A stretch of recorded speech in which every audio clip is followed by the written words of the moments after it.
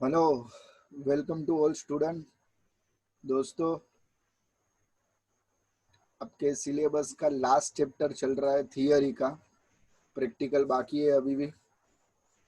और आप देख सकते हो काफ़ी स्मूथली हम लोग ने एक के बाद सारे चैप्टर ख़त्म किए हैं। ठीक है। और अभी ये जो ईआरपी भी चल रहा है ये भी ख़त्म हो जाएगा थोड़े टाइम में। और हम लोग ने बात किया, काफ़ी आराम से जा रहा हूँ, कोई भी गाय नहीं है भगाने की या जल्दी करने की। मुझे अनुभव है इतने सालों का कि टाइम पर आपके बोर्ड के एग्ज़ाम के पहले सब कुछ सिलेबस ख़त्म हो जाएगा अच्छे से। मुझे पता है। आप लोगों को भी चिंता करने की ज़रूरत नहीं है, बस अच्छे से प्रिपरेशन रहिए, प्रिपेयर करते रहिए और अच्छे से पढ़ाई करिए कोई भी सब्जेक्ट में, आईटी में ही नहीं, ताकि आप लोगों को फिर पीछे टेंशन ना हो। ये लॉकडाउन का जो माहौल चल रहा है इसमें आप थोड़े से फ्रीली हो चुके हो कि कुछ नहीं होगा, और आप लोग के मतलब जो भी दिमाग में चल रहा है कि बोर्ड वाले ने इजी पूछेंगे या वो पूछेंगे या एग्जाम पोस्टपोन करेंगे, ऐसा अभी से जरा भी आप कुछ भी अंदाजा मत लगाइए, क्योंकि ये बोर्ड वाले हैं। इन लोग अपने हिसाब से ले ही लेंगे एग्जाम। टीवाई बीकॉम का भी एग्जाम का पूरा मतलब जो फाइनल ईयर है, हर एक में, टीवाई बीकॉम में नहीं हर एक में एग्जाम का इन लोग ने देखिए स्टार ले ही लिया आखिर में। तो आप लोग का भी होगा ही। तो कोई इसमें ऐसा नहीं है कि नहीं होगा। और जो भी सिलेबस की कट शॉर्ट की बात है, आपको सब कुछ ही पढ़ना है आपके हिसाब से, किसी के भी भरोसे मत रहिए। आप अपने हिसाब से, अगर आपको अच्छे से परसेंटेज लाना है तो आपको सब कुछ पढ़ना चाहिए मेरे हिसाब से। ठीक है, तो स्टार्ट करते हैं ईआरपी। लास्ट लेक्चर में हमने देखा ईआरपी का इंट्रोडक्शन, एंटरप्राइज रिसोर्स प्लानिंग। उसके बाद तीनों के ऊपर हम लोगों ने चर्चा किया, एंटरप्राइज क्या होता है, रिसोर्स क्या होता है, प्लानिंग क्या होता है। उसके बाद कॉन्सेप्ट के ऊपर भी हम लोगों ने चर्चा किया कि कॉन्सेप्ट क्या होता है। ठीक है। और फिर हम लोगों ने सेंट्रल डेटाबेस के ऊपर भी बात किया कि सेंट्रल डेटाबेस होता क्या है। तो अब बात करते हैं उसके कुछ फंक्शनल के बारे में। देखिए, फंक्शनल काफ़ी इम्पोर्टेंट है ईआरपी में।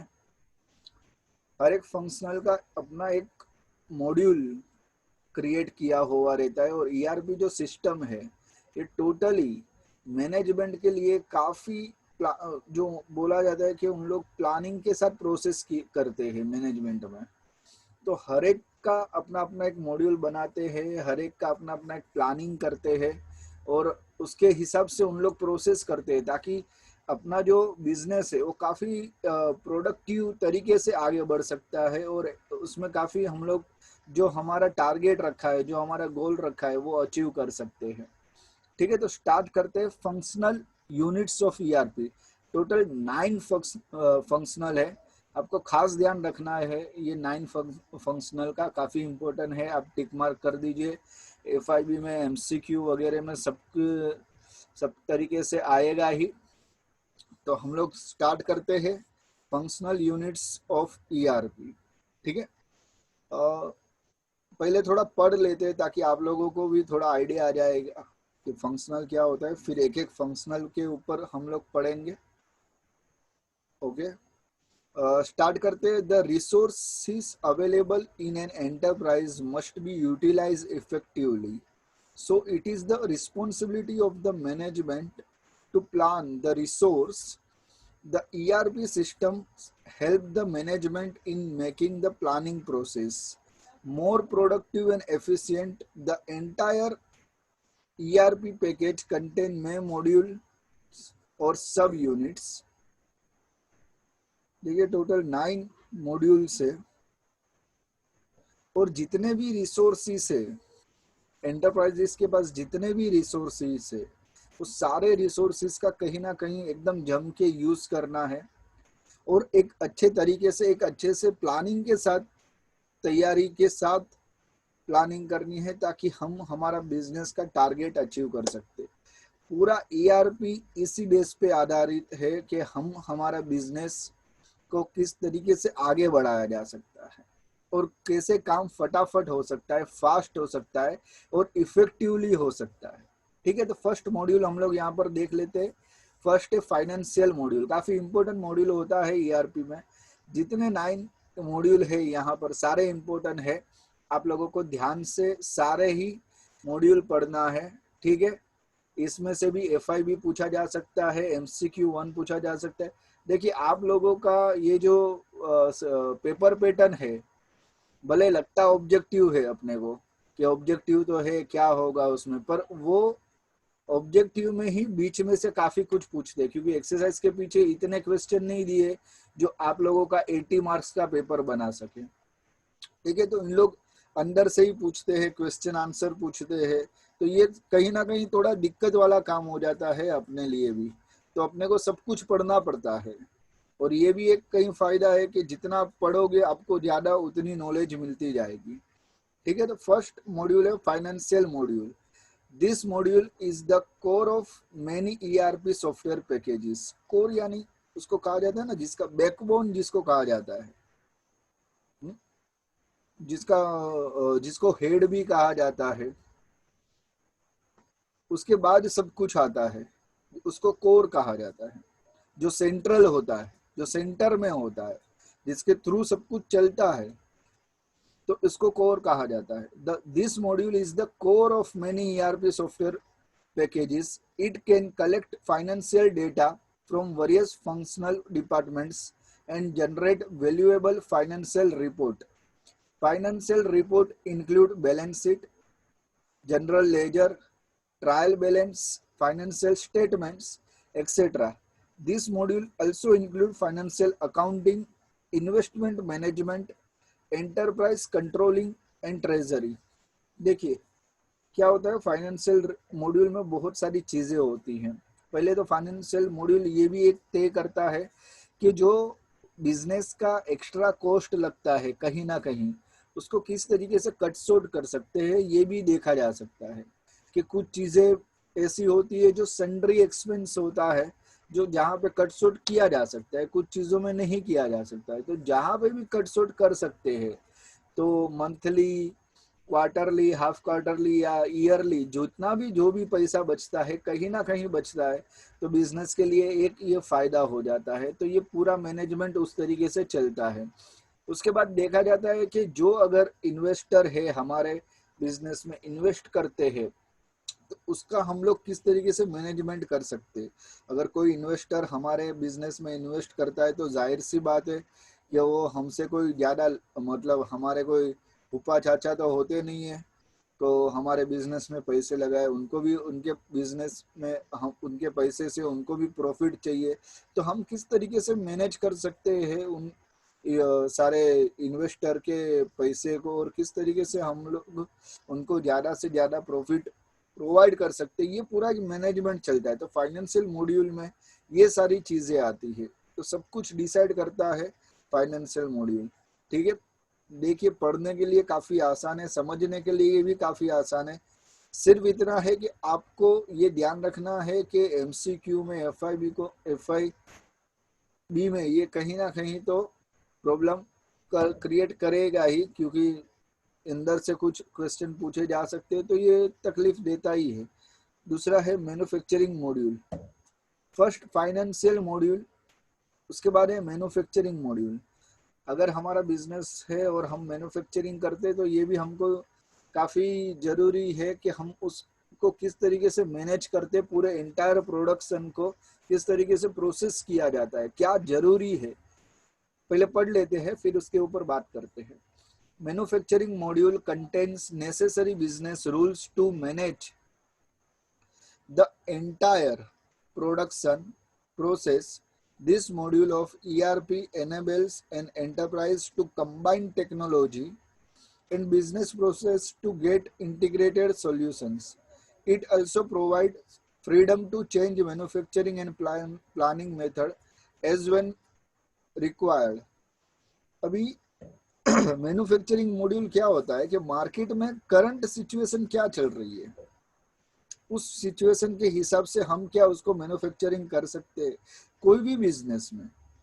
हालांकि अभी ये सब कोरोना वगैरह हुआ था, तो कुछ बहुत सारे गारमेंट्स के जो मैन्युफैक्चरिंग थे उन लोग ने मास्क बनाना चालू कर दिया,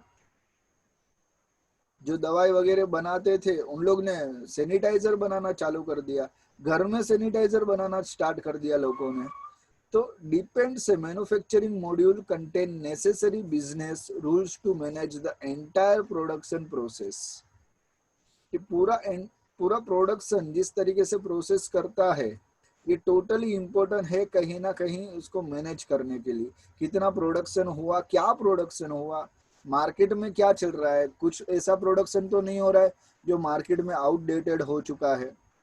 ठीक है, तो ये सारी बहुत सारी चीजें यहाँ पर लागू पड़ती है और ये सारी इंफॉर्मेशन ईआरपी के थ्रू हमको मिल जाती है ताकि हमको उस हिसाब से मैन्युफैक्चरिंग का पता चले। ठीक है, और चाहिए तभी भी हम लोग, ये इतनी फ्रीडम होती है कि हम हमारा मैन्युफैक्चरिंग चेंज कर सकते हैं। जैसे मैंने कहा कुछ लोग गारमेंट्स कर रहे थे, उन लोग मास्क बनाना स्टार्ट कर दिया।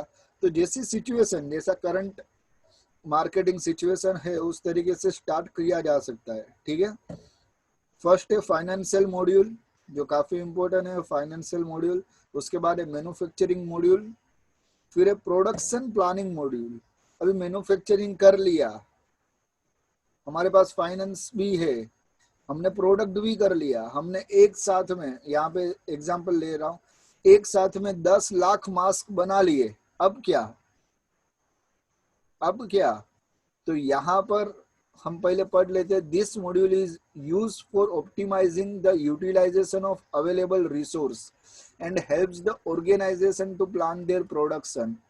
This module identifies the material required, allocate optimal resource using data and sales forecasting with the sales data। तो प्रोडक्शन प्लानिंग मॉड्यूल में क्या होता है कि हमारे सामने तो 10 लाख मास्क पड़े हैं, अब इसको कौन कौन मार्केटिंग कर सकता है, किस तरीके से मार्केटिंग कर सकता है। तो हम इसको एडवर्टाइजमेंट डिपार्टमेंट को बोलेंगे कि एडवर्टाइजमेंट डिपार्टमेंट तू ये इसका मार्केटिंग कर।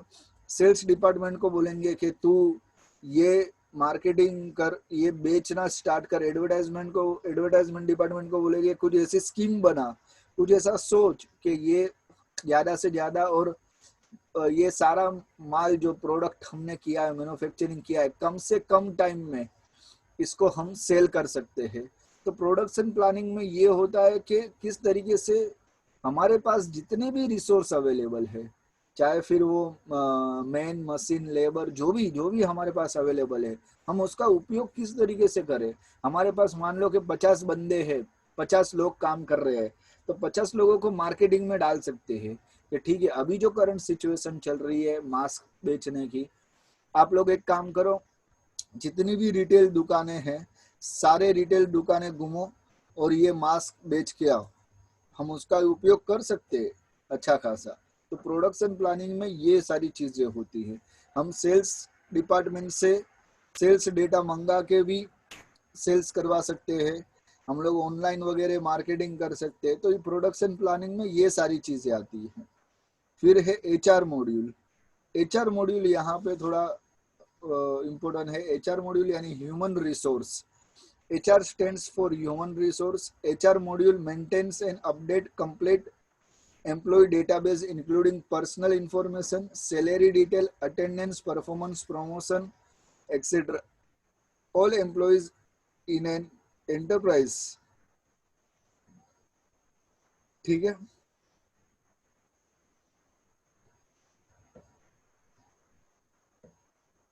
अभी HR का भी यहाँ पे काफी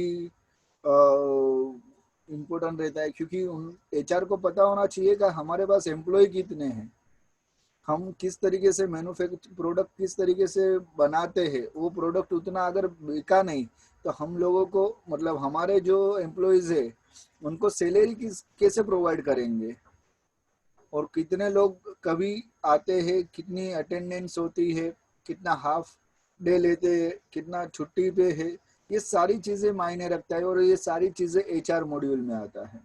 ठीक है, human resource module. Human resource ये एक ऐसा रिसोर्स है जो बहुत ही इंपॉर्टेंट है, ह्यूमन रिसोर्स, क्योंकि एक रिसोर्स से मतलब इंसान को हम किसी भी तरीके से कोई भी चीज में काम लगा सकते हैं। उसको अकाउंटिंग डिपार्टमेंट में भी डाल सकते हैं, सेल्स डिपार्टमेंट में भी डाल सकते हैं। तो कितने बंदे हमारे पास है, किस तरीके से काम कर सकते हैं, ये सारी चीजें हमको देखना पड़ता है। तो ह्यूमन रिसोर्स में पर्सनल इंफॉर्मेशन के सारे डेटाबेस होते हैं, सैलरी डिटेल होती है, वो कभी आता है कभी जाता है, कितने दिन छुट्टी लेता है एम्प्लॉयज, ये सारी चीजें वहां पर मेंटेन की जाती हैं। और ये सारा पैकेज जितने भी मैं मॉड्यूल आप लोगों को बता रहा हूँ या बताऊंगा अभी आगे, ये सारा मॉड्यूल एक ही पैकेज में होता है, एंटरप्राइज रिसोर्स प्लानिंग। इसको इसलिए पैकेज कहा जाता है, ये पैकेज में ये सारी चीजें होती हैं। ठीक है, आगे इन्वेंटरी कंट्रोल मॉड्यूल। इन्वेंटरी यानी होता है स्टॉक, इन्वेंटरी कंट्रोल मॉड्यूल। देखिए कभी कभी होता है ना कि बहुत बड़ा बिजनेस होता है, तो उनको ये सारी चीजें मैनेज करने में काफी दिक्कत होती है। तो पता नहीं चलता है कि कौन सा स्टॉक अवेलेबल है, कौन सा स्टॉक आउट हो गया है, कौन सा स्टॉक मार्केट में नहीं चलता है। कोरोना चले जाएगा, किसी ने 5 लाख मास्क बनाए मगर उसके 50,000 ही मास्क बिके, और कोरोना चले जाएगा, उसके बाद वो 4.5 लाख मास्क का करेगा क्या? तो ये भी एक क्वेश्चन है। उसका वो 4.5 लाख मास्क या 4 लाख मास्क, जो भी एक क्वांटिटी बचता है, एक स्टॉक बचता है, उसको करना क्या है?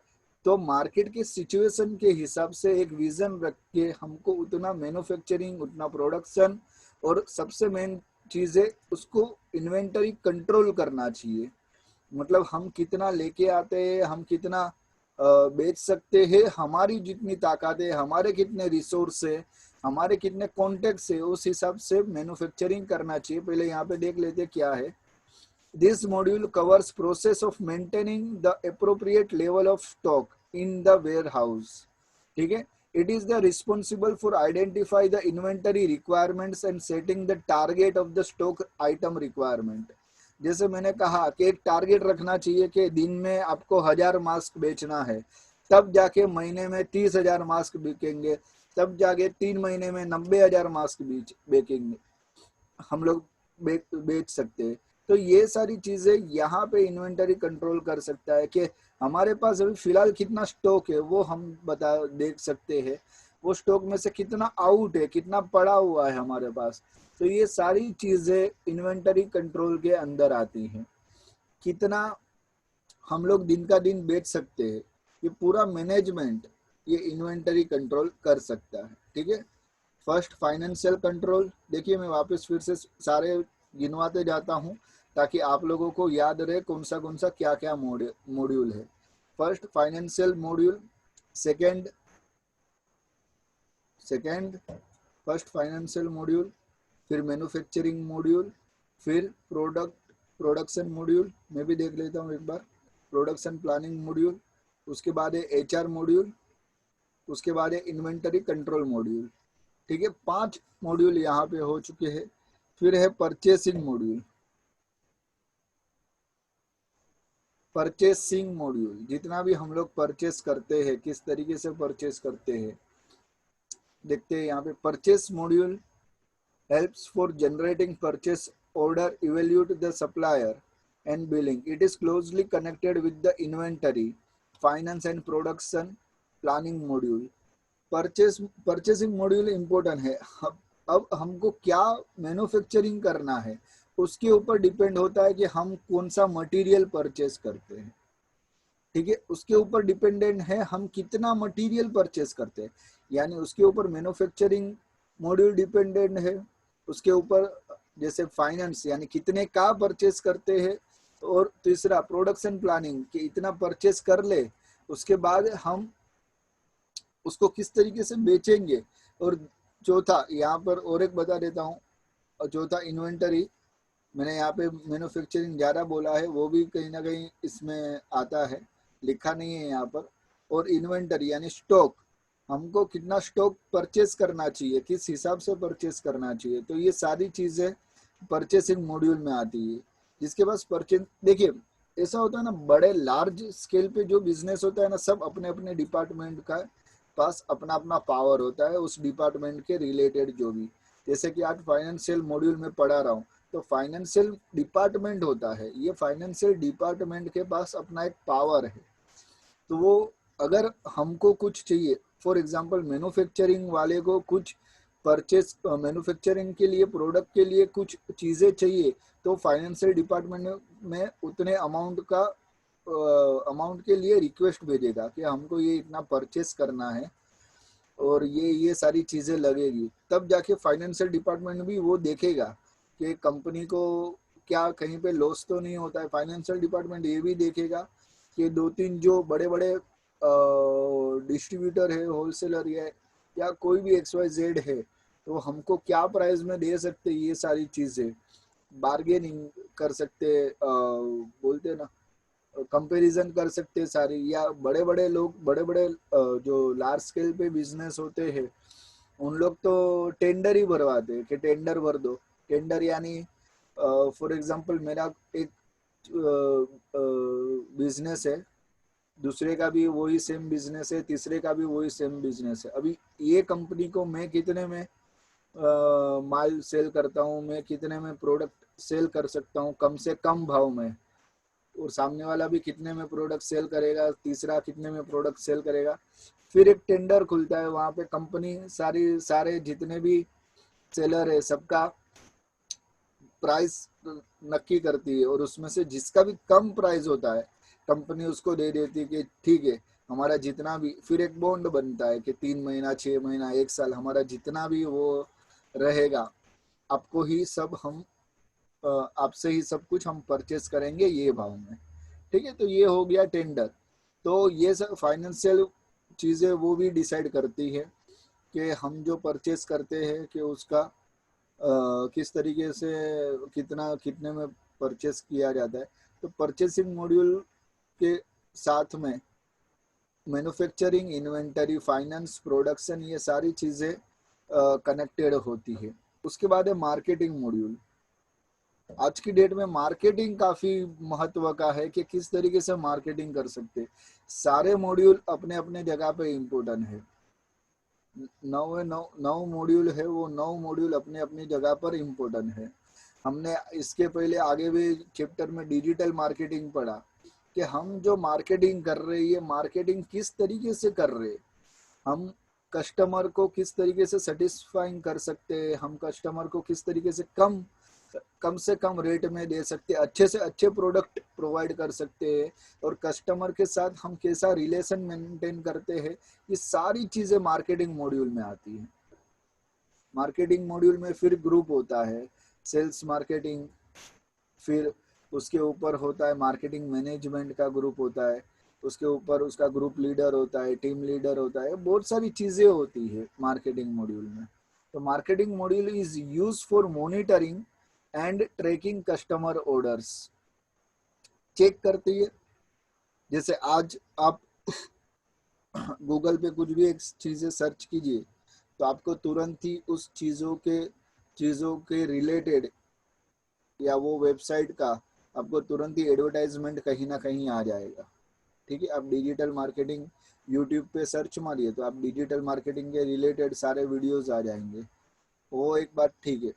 उसके बाद आप कोई भी XYZ वीडियोस देखेंगे तो आपको बीच में डिजिटल मार्केटिंग की एडवर्टाइजमेंट भी आ जाएगी।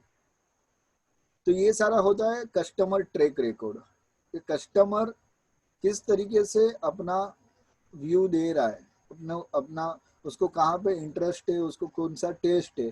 तो ये सारी चीज़ें मार्केटिंग में होता है। तो मार्केटिंग मॉनिटर में होता है। मॉनिटर यानी देखना, वॉच करना कि क्या चीज़ें होती है। Marketing module is a use for monitor and tracking customer orders, increase customer satisfaction and for eliminating credit risk. ठीक है, देखिए आज मेरा मेरा बजाज फाइनेंस का एक कार्ड है मेरा खुद का। मैं एवरी 6 मंथ या एवरी 8 मंथ उसमें से कुछ ना कुछ परचेस करता हूँ। ठीक है, जो मुझे जरूरत है वो मैं परचेस करता हूँ, ऐसा फालतू का कोई भी चीज़ नहीं परचेस करता। तो मैं कुछ ना कुछ चीज़ें परचेस करता हूँ। तो अब मेरा इतने सालों से उसके साथ रिलेशन है, बजाज में लास्ट 5 इयर्स के साथ रिलेशन है। तो अब वो मुझे कुछ अमाउंट का पर्सनल लोन भी प्रोवाइड कर रहे हैं कि आप पर्सनल लोन भी ले सकते हो हमारे पास से कम रेट में। तो क्या होता है कि एक बार रिलेशन हो जाता है कस्टमर के साथ, तो कंपनी मार्केटिंग में ये भी ध्यान रखती है कि उसको किस तरीके से हमारा रिलेशन मेंटेन रहना चाहिए।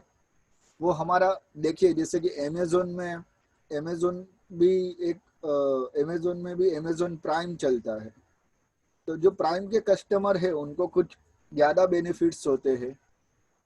तो हम उसको कितना सेटिस्फेक्शन दे सकते हैं, हम उसको कितना बेनिफिट्स दे सकते हैं, उसका कितना कम से कम अमाउंट हमारे पर यूज होता है, हमको कौन सी अच्छी स्कीम निकाल सकते हैं। तो ये सारी की सारी चीजें मार्केटिंग में लागू होती है कि किस तरीके से हम मार्केटिंग कर सकते हैं। मार्केटिंग बिजनेस के लिए काफी इम्पोर्टेंट है, क्योंकि मार्केटिंग ही प्रॉपर नहीं होती है तो बिजनेस में आप कितना भी अच्छे क्वालिटी का प्रोडक्ट दो, कितना भी चीप रेट में दो, आपको पास कोई कस्टमर आएगा ही नहीं, क्योंकि कस्टमर को पता ही नहीं है कि आप इतना बेचते हो। तो मार्केटिंग काफ़ी ज़रूरी है, मार्केटिंग मॉड्यूल काफ़ी ज़रूरी है। ठीक है, उसके बाद है sales and distribution module. This module helps for tracking inquiries, order placement, order scheduling, dispatching and invoice.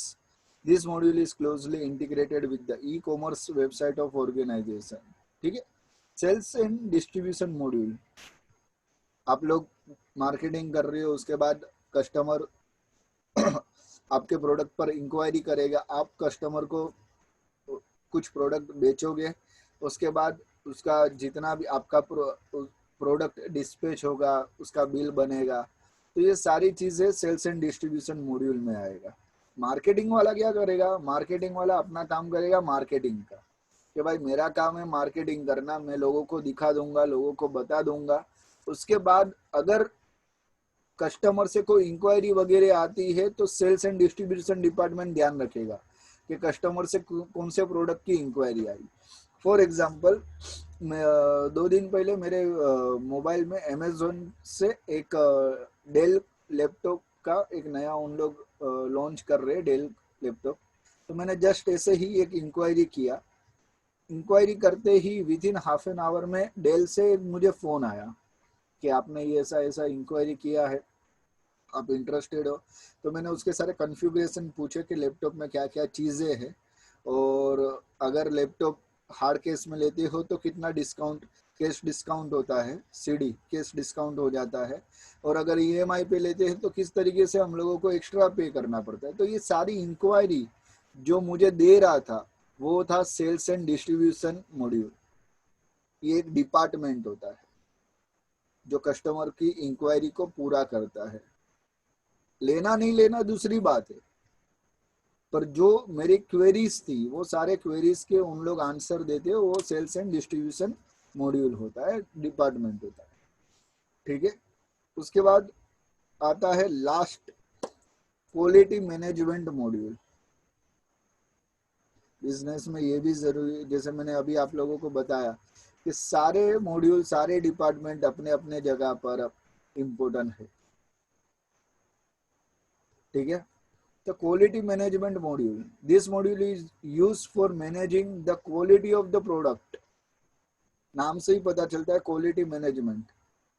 जरा भी क्वालिटी में, कुछ कुछ बिजनेस होते भी है ऐसे जो क्वालिटी में 19-20 नहीं करते, भले रेट हाई होता है, भले लोग कम आते हैं, पर जिनको अगर वो क्वालिटी पसंद आती है उन लोग लेते ही लेते हैं, तो क्वालिटी देते हैं, अच्छी चीजें देते हैं, अच्छी चीजें प्रोवाइड करते हैं, तो उन लोग अपना रेट कभी भी कम नहीं करते। बहुत सारे ऐसे बिजनेस चलते हैं, बहुत सारे ऐसे, जैसे एक ब्रांड होता है पुमा, एडिडास, शूज का एक ब्रांड है, कपड़े का भी कुछ ब्रांड है। तो ये सारे जो ब्रांड है अपने अपने प्राइस कम नहीं करता, क्योंकि वो कपड़े में प्रोडक्ट में, कपड़े में अपना क्वालिटी देता है, वो प्राइस कभी भी कम नहीं करता। समझ में आ रहा है? तो this module use for managing the quality of the product. The quality management module fulfills the following functions: quality planning, quality inspection. Quality inspection check होती है भाई, और ज्यादातर फूड में चेक होता है कि फूड वगैरह जो प्रोडक्ट, जैसे कि अमूल हो गया, अमूल का एक बड़ा बिजनेस है, फिर मदर डेयरी का एक बड़ा बिजनेस है, पेप्सी वगैरह, थम्स अप वगैरह, इन लोग क्या करते हैं, क्वालिटी इंस्पेक्शन करते हैं कि वो अगर पीने से कुछ प्रॉब्लम तो नहीं होती है, किसी को कोई साइड इफेक्ट तो नहीं होगी, नाम तो खराब नहीं होगा, ये सारी चीजें ध्यान में रखते हैं, ये इंस्पेक्शन करते हैं. ठीक है, तो quality planning, quality inspection and quality control. Quality control यानी जिस तरीके से हम लोग चलाते आ रहे हैं उसी तरीके से चलना चाहिए, उसमें कोई भी 19-20 ना हो, एक खास ध्यान रखना चाहिए. For example Parle G company biscuit, सालों से वैसा ही टेस्ट आता है जो आज आता है. मैं बचपन में जैसे पार्ले जी खाता था, आज भी वैसा ही टेस्ट आता है. वो टेस्ट में उन लोग ने 19-20 नहीं किया है कहीं पे भी. सबसे हाईएस्ट प्रोडक्ट उसका सेल होता है बिस्किट में. आज की भी डेट में गरीब से गरीब आदमी खा सकता है, अमीर से अमीर आदमी खाता है. 2 रुपये से लेके 5 रुपये, 2 रुपये से लेके 10 रुपये 20 रुपये तक का उसका पैकेट आता है. तो कोई भी खा सकता है, कभी भी खा सकता है, पर टेस्ट में कहीं पे भी चेंजेस नहीं है, आप देख लीजिए. तो ये होता है क्वालिटी कंट्रोल. आप उसी तरीके से डेयरी मिल्क का देख लीजिए, कैडबरी. ठीक है, तो ये कैडबरी पहले से वैसा ही टेस्ट आ रहा है, आज भी खाओगे वैसा ही टेस्ट आएगा. तो ये हो गया क्वालिटी कंट्रोल. तो आपके 9 यहाँ पर मॉड्यूल खत्म हुए. फिर से सब रिवाइज कर देते हैं. आ जाइए, पहला है फाइनेंशियल मॉड्यूल. ठीक है, उसके बाद है मैन्युफैक्चरिंग मॉड्यूल. इसलिए रिवाइज करा रहा हूँ कि कहीं ना कहीं ये जरूरी है, आप लोगों को भी ध्यान रखना है. आप लोगों को कुछ नहीं तो कोई भी 2 मॉड्यूल पूछा जाएगा 8 मार्क के लिए, कोई भी 1 मॉड्यूल पूछा जाएगा 4 मार्क के लिए. तो आपको ये सारी चीजें ध्यान रखना है. ठीक है, फाइनेंशियल मॉड्यूल, उसके बाद मैन्युफैक्चरिंग मॉड्यूल, उसके बाद प्रोडक्शन प्लानिंग मॉड्यूल, उसके बाद एचआर मॉड्यूल, उसके बाद आ जाता है हम लोग इन्वेंटरी कंट्रोल मॉड्यूल पे, उसके बाद है परचेसिंग मॉड्यूल, उसके बाद मार्केटिंग मॉड्यूल, उसके बाद सेल्स एंड डिस्ट्रीब्यूशन मॉड्यूल, उसके बाद क्वालिटी मैनेजमेंट मॉड्यूल. समझ में आया? ये सारी चीजें ईआरपी के अंदर आती है. एंटरप्राइज रिसोर्स प्लानिंग, समझ में आया? तो ये एंटरप्राइज रिसोर्स प्लानिंग का एक पैकेज है. ये पैकेज टेक्नोलॉजी के साथ जुड़ा हुआ है. ये टेक्नोलॉजी ये सारे मॉड्यूल्स का ध्यान रखता है. आगे आएगा, आपको यहाँ पे हेडिंग दिखाई दे रहा होगा, ईआरपी एंड रिलेटेड टेक्नोलॉजीज. कौन सी टेक्नोलॉजी यूज होती है ईआरपी में. काफी जरूरी है आज की डेट में. जो बिजनेस करते हैं, जो लार्ज स्केल पे अपना बिजनेस चलाना चाहते हैं, पहुंचाना चाहते हैं, उन लोगों को ये सारी चीजें काफी ध्यान में रखनी होती है. भले स्मॉल स्केल भी हो स्टार्टिंग में, पर अगर उनको आगे जाके बढ़ाना है तो उनको ये सारी चीजें ध्यान में रखनी है कहीं ना कहीं. ठीक है, तो आज के लिए दोस्तों इतना ही लेक्चर काफी है. हम फिर अगले लेक्चर में फिर से मिलेंगे. आप अपना प्रिपरेशन जारी रखिएगा और HTML की प्रैक्टिस करते रहिएगा. हो सकता है इसके बाद हम HTML के चैप्टर पे आ जाए, ये चैप्टर खत्म होने के बाद. ठीक है, okay, bye, take care, God bless you.